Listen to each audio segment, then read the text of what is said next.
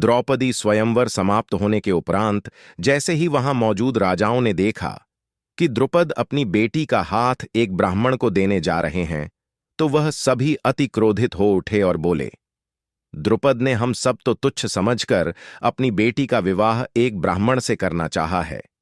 इस अपमान का बदला हम द्रुपद और उसके बेटे को मार कर लेंगे। स्वयंवर में वर्ण प्राप्त करने का अधिकार किसी ब्राह्मण को नहीं है। यह अधिकार सिर्फ क्षत्रियों का है।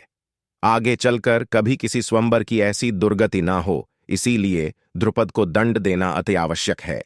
सभी राजाओं को क्रोधित होकर अपनी ओर आते देख द्रुपद ब्राह्मणों की शरण में गया और नरेश को वेग से आते देख भीम और अर्जुन उनका सामना करने के लिए उठ खड़े हुए।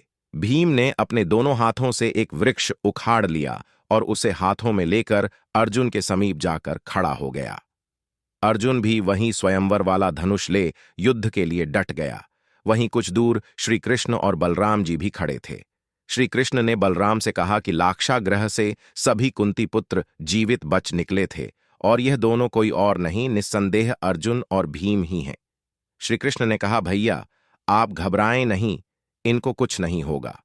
अगर बहुत से देवता और असुर एक साथ मिलकर भी आ जाएं, तो भी अर्जुन अकेले ही युद्ध करने में समर्थ हैं। इन मानव भोपालों पर विजय पाना कौन सी बड़ी बात है।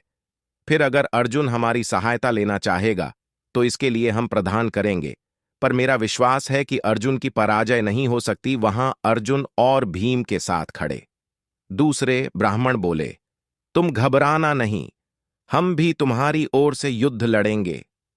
तब अर्जुन मुस्कुराए और उनसे बोले, आप लोग दर्शक बनकर बगल में चुपचाप खड़े हो जाएं, मैं अकेले ही अपने बाणों की वर्षा कर इन शत्रुओं पर रोक दूंगा। और अर्जुन ने तब अपने धनुष पर प्रत्यंचा चढ़ाई और युद्ध के लिए तैयार हो गया। तदतर कर्ण आदि दूसरे क्षत्रियों को आते देख दोनों भाई उन सब पर टूट पड़े।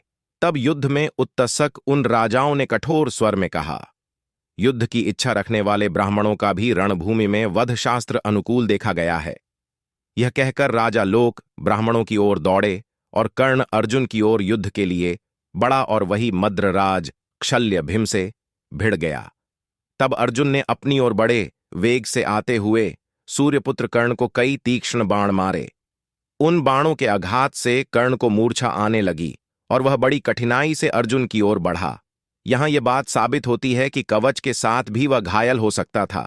विजय वीरों में श्रेष्ठ उन दोनों में कौन बड़ा था, कौन छोटा, यह बताना असंभव था। दोनों एक दूसरे को जीतने की इच्छा रखकर बड़े क्रोध से लड़ रहे थे। दोनों जब एक दूसरे पर बाण छोड़ते तो आपस में बात करते, देखो मेरी भुजाओं का बल, तुमने जिस अस्त्र का प्रयोग किया था उसको रोकने के लिए मैंने यह अस्त्र चलाया। तदत्तर अर्जुन के बाहों बल्कि इस पृथ्वी पर कोई क्षमता नहीं है। यह जानकर कर्ण अत्यंत क्रोधपूर्वक होकर युद्ध करने लगा। यहां कर्ण यही समझ रहा था कि अर्जुन लाक्षागृह में मारा जा चुका है और कर्ण भी मानता था कि अर्जुन से बढ़कर इस पृथ्वी पर और कोई योद्धा नहीं था। और अर्जुन के कुछ बाणों को काटकर वह बोला, युद्ध में आपके बाहुबल से मैं बहुत संतुष्ट हूं। आप में थकावट का कोई चिन्ह नहीं दिखाई देता और आपने सभी अस्त्र शस्त्रों को जीतकर मानो अपने आप को काबू में कर लिया है। आपकी सफलता देखकर मुझे बड़ी प्रसन्नता हुई। हे शिरोमणि, आप मूर्तिमान धनुर्वेद हैं या परशुराम अथवा इंद्र हैं या आप स्वयं साक्षात विष्णु हैं, मैं समझता हूं आप इन्हीं में से कोई हैं और अपने स्वरूप को छिपाने के लिए ब्राह्मण वेश धारण करके बाहुबल का आश्रय ले मेरे साथ युद्ध कर रहे हैं, क्योंकि युद्ध में कुपित होने पर साक्षात इंद्र अथवा अर्जुन के अतिरिक्त दूसरा मेरा कोई सामना नहीं कर सकता। तब अर्जुन ने उत्तर दिया, ना मैं धनुर्वेद हूं और ना ही परशुराम, मैं तो संपूर्ण शस्त्रधारियों में उत्तम और योद्धाओं में श्रेष्ठ एक ब्राह्मण हूं। गुरु का उपदेश पाकर दोनों ब्रह्मास्त्र और इंद्रास्त्र दोनों में पारंगत हो गया। वीर, आज मैं तुम्हें युद्ध में जीतने के लिए खड़ा हूं, तुम भी स्थिरतापूर्वक खड़े हो जाओ।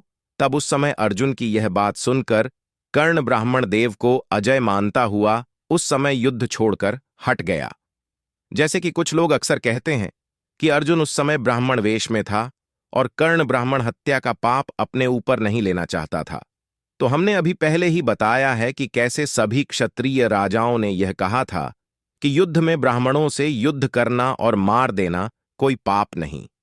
अगर ऐसी बात होती तो कर्ण पहले उस ब्राह्मण से युद्ध क्यों करता रहा? जब वह ब्राह्मण रूपी अर्जुन उस पर हावी हो गया तो खुद कर्ण उस ब्राह्मण की तुलना विष्णु, इंद्र और परशुराम जी से करने लगा और अर्जुन के कौशल को इनके की समकक्ष मान रहा था। और यहां स्पष्ट उसने स्वीकार भी किया है कि सब पांडव लाक्षागृह में जल गए हैं और अर्जुन के अलावा मुझे और कोई परास्त नहीं कर सकता। इस शरलोक में यह बात साफ लिखी है। ब्राह्मण की शक्ति को अजय मानकर ही वह युद्ध से पीछे हट गया था।